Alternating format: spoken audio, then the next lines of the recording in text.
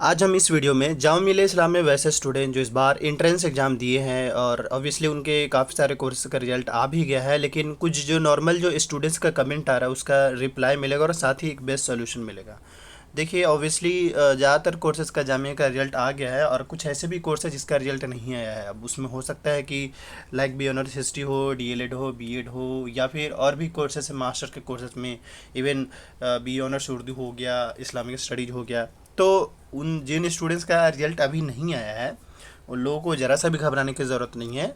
इस वीक में most probably आपके सारे रिजल्ट आ जाएंगे। मतलब आज से मंडे है, मंडे से लेके अपकमिंग सैटरडे तक सारे रिजल्ट आ जाएंगे। हाँ, बीटेक वालों के लिए मैं यही कह सकता हूँ कि वो एज एज मान के चले कि उनका जो रिजल्ट आएगा या आने का जो एक्सपेक्टेड डेट है वो 7 अक्टूबर के बाद से है, क्योंकि 5 अक्टूबर तक तो उनका जो अभी कुछ दिन पहले ही नोटिस आया था उसमें उन बच्चों को ईमेल के थ्रू उनका रजिस्ट्रेशन नंबर मांगा गया है। तो उन अभी उस हिसाब से देखा जाए तो आराम से 7 अक्टूबर के बाद ही आएगा, उससे पहले आना मुश्किल है।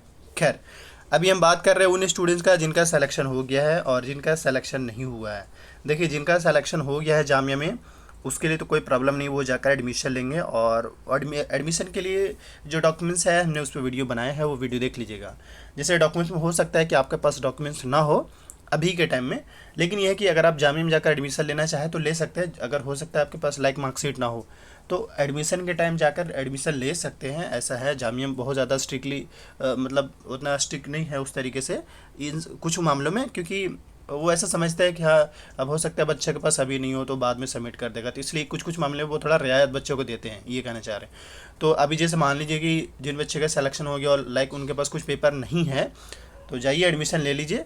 लेने के बाद वो आपको एक टाइम देगा कि हाँ 10 डेज़ 15 डेज़ के बाद जो है आपको वो पेपर आपको सबमिट कर देना है। तो ये उन बच्चों के लिए जिनका सिलेक्शन हो गया, जिनके पास पेपर में कुछ इशूज़ हैं, और हमने इस पे डॉक्यूमेंट्स पे वीडियो बना दिया है तो देख लीजिएगा। खैर, अब हम बात कर रहे हैं उन स्टूडेंट्स के लिए जिनका सिलेक्शन नहीं हुआ है पहला, और जिस स्टूडेंट्स का वेटिंग लिस्ट में नाम आया है। तो पहले हम वेटिंग लिस्ट वालों को क्लियर कर दें, बाद में फिर हम जिनका सिलेक्शन नहीं उनका क्या कर सकते हैं उनके बारे में। देखिए ऑब्वियसली होता है, ऐसा नहीं एक आप ही नहीं है, काफ़ी सदियों से ऐसा चलता आ रहा है कि स्टूडेंट्स एग्ज़ाम दिए हो और वो फेल हो गए हो, या फिर या उसका अच्छा मार्क्स ना आया हो, या फिर ऐसा भी हो कि उसका सिलेक्शन नहीं हुआ। तो ये चीज़ें ऐसा है जैसे कि आप मान के चले कि मैं अब बता रहा हूँ जैसे जैसे डे बाय डे लोगों में जामिया के रिगार्डिंग अवेयरनेस फैल रहा है, उस हिसाब से अगर आप देखेंगे तो हर साल जो है जामिया का कट ऑफ 2 4 5 मार्क्स के आसपास में बढ़ता ही जा रहा है, घट नहीं रहा है, मैं ये कहना चाह रहा हूँ। तो अब ऐसा क्यों हो रहा है? क्योंकि ऑब्वियसली जामिया जो है वो देश के नंबर 1 यूनिवर्सिटी में से एक है, पहली चीज़। और एक बात और कि यहाँ पे जैसे आरसीए का प्लेटफॉर्म मिल जाता है। असल में जामिया इतना ग्रोथ करने का बहुत बड़ा रीज़न एक आरसीए भी है, रेजिडेंशियल सिविल सर्विसेज कोचिंग जो है वो। और बाकी ऐसा नहीं, वहाँ पे काफ़ी अच्छे अच्छे फैकल्टीज़ भी हैं और इवेंट डिपार्टमेंट भी हैं। तो वहाँ पे काफ़ी अच्छे, अभी जैसे इसरो में अगर देखें तो 2 स्टूडेंट्स ऐसा है जो जामिया का बंदा है, वो सेलेक्ट हुआ है। तो ओवरऑल मैं ये कहने की कोशिश कर रहा हूँ आप सभी को कि देखिए, अगर आपका सिलेक्शन नहीं हुआ है जामिया में और आप चाहते हैं कि आगे भी सिलेक्शन लिया जाए, तो देखिए ऐसे में यह है कि आप वेट कर लीजिए। जैसे अगर आपका नहीं हुआ है तो आप अपकमिंग ईयर के लिए फिर से आप दे सकते हैं, क्योंकि पिछली बार ऐसा हुआ था कि कुछ बच्चे ऐसे भी होते हैं वो 0.25 मार्क्स से नहीं हो पाया था। कुछ बच्चे ऐसे भी थे 0.75। आप तो सपोज करें कि आप तो 3 से 4 या 5 मार्क्स का डिफरेंस शायद हो, लेकिन बहुत सारे बच्चे ऐसे हैं जिनका 0.25 से 0.75 से, क्योंकि क्या होता है 0.25 से लेके 0.75 के बीच में ऐसा होता है कि 8 से 10 बच्चे आ जाते हैं, क्योंकि ओबियसली फॉर्म ज़्यादा फिल होता है। मतलब ये कि मान के चले कि एक सीट पे कम से कम 15 बच्चे का, यूँ समझिए कि एक सीट के लिए 15 बच्चा एग्ज़ाम देता है। अब 15 में से कोई एक ही बच्चा ना सेलेक्ट होगा। तो ऐसे में मैं यही कह सकता हूँ कि देखिए, हो सकता है आप जैसा चाह रहे हो वैसे नहीं हुआ, लेकिन ऐसा नहीं होना चाहिए कि जामिया ही जो है वो लास्ट होप हो, क्योंकि किसी चीज़ का जो लास्ट होप होता है ना वो प्रॉब्लमेटिक होता है, प्रॉब्लम क्रिएट करता है। तो मैं ऐसे में बड़ा सिंपल आप सभी को सजेस्ट करना चाहूँगा, देखिए कुछ और करने की कोशिश करिए।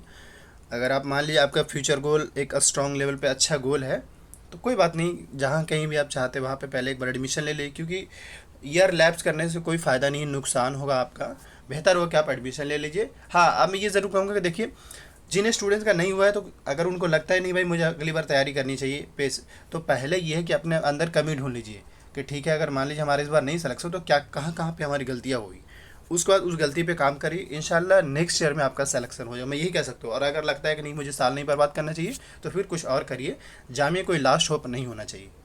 ये अलग बात है कि वो सेंट्रल यूनिवर्सिटी है ऑब्वियसली, लेकिन लास्ट नहीं होना चाहिए। अब हम बात कर रहे हैं उन स्टूडेंट्स के लिए जिनका नाम वेटिंग लिस्ट में आया है। वेटिंग लिस्ट में जिस भी स्टूडेंट का नाम आया है उन देखिए, वेटिंग लिस्ट में जिस भी स्टूडेंट का नाम आया है वो ये ना समझे कि उनका 100% सिलेक्शन हो ही जाएगा। लेकिन हाँ, ये ज़रूर है कि उनको कुछ हद तक चांस है, कुछ ही हद तक है, मैं ज़्यादा नहीं कहता, क्योंकि अब हालात बदलते जा रहे हैं, पहले जैसा नहीं रहा। इसका मतलब ये है कि आज से 3 साल पहले चले जाइए तो जामिया का चाहे वो किसी भी डिपार्टमेंट में एटलीस्ट 5 से 6 लिस्ट रिलीज होता था, 5 6 या 7 लिस्ट ऐसे रिलीज होता था।